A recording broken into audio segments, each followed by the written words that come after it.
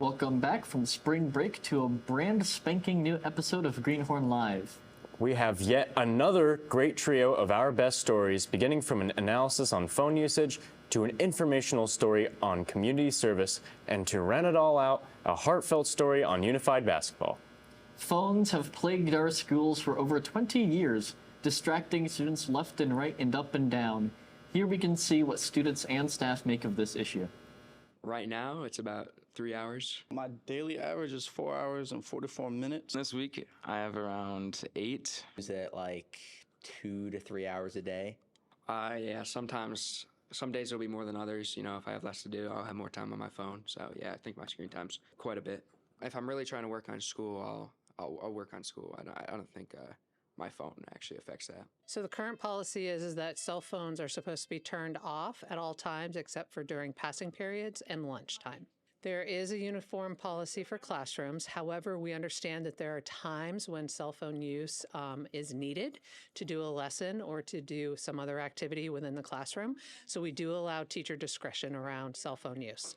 I think the policy itself is fair. The fact that people don't follow it makes my tummy hurt. Last year, it was really bad. Like when everybody had to have their phone in the caddies because like your personal phone and like, you know, I think everybody should have their own phone with them just in case. I think it's pretty fair.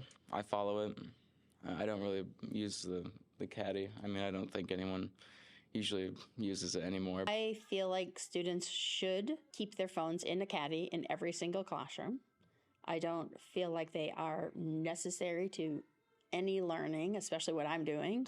Phones really just distract you from whatever you're doing. So like the passing period and lunch, that's all fine. A great opportunity for students to gain community service hours unfolds as prom looms over Springfield High School. In this report, students and teachers provide thoughts and advice for those suffering with few hours of community service under their belts. My understanding is that the community service requirement was established over 14 years ago. Our expectations that SHS graduates would become civically active and also capable contributing members to the communities that they lived in. I think I have 46 hours. I have about 40 hours of community service. 22.5. 63. So about 30 hours I had gotten from wrestling for being a runner, and then the rest I got from being an ambassador at the tech center. Our most popular organizations are all listed on our community service form. It's also important for students to know that the key is it has to be pre-approved by me if it's not listed on this sheet. I went to football games. I helped with middle school track meets, and I also did the Green Up Day that's at Riverside. Get it done as soon as you can because you may not get an opportunity for your senior or junior year. Well, you're running out of time. Get it as fast as possible. Just get it done. You should get them done.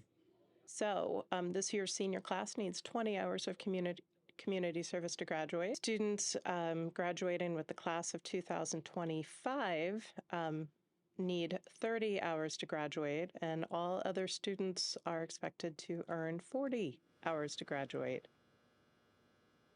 And off to the sports desk.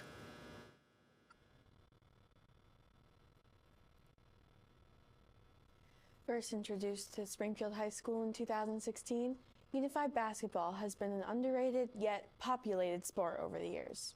With their season beginning this spring, Greenhorn Live did a deep dive into what Unified Basketball means to players, coaches, and fans. I have been coaching Unified Basketball since spring of 2016. Sort of the assistant coach for Unified. This is my third season working with Margaret Goldkin, who is the head coach. Just a few months, though. Mostly just practice, but I had my first game a few days ago. I've been playing Unified Basketball for about 2 years. I played Unified my freshman year, and I really didn't catch into it my sophomore year because I had other obligations for basketball. I did it 1 year, my freshman year, and I've helped out a little bit since then. I found out that was the sport that I was actually good at, like when I was in 6th grade. I figured out that I was really good at shooting. Mostly so that way I could be more myself, like, woo, I love running and stuff like that. That's the kind of guy I normally am. I could join a team to impress everyone. So when I learned about Unified in my first job, I was really excited at an opportunity to have different groups of students working together, playing basketball for the love of the sport. It allows players to be involved in an activity with their peers. I did it because my friends were doing it and Miss G needed some helpers and we stepped up.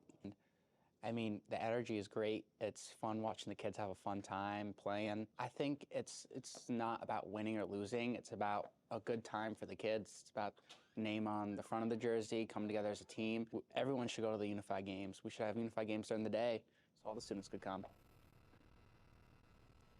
In other news, varsity softball has a game at Riverside Middle School on Tuesday at 4:30, and varsity baseball has a game Saturday at 11 a.m., also at Riverside Middle School. And that's all for this week's Sports Desk. Back to you, Sasha and Keegan. Stay tuned to Greenhorn Live as we continue to bring you a plethora of fresh news stories. And yes, the boys' bathrooms have closed yet again. See you next time. Signing off.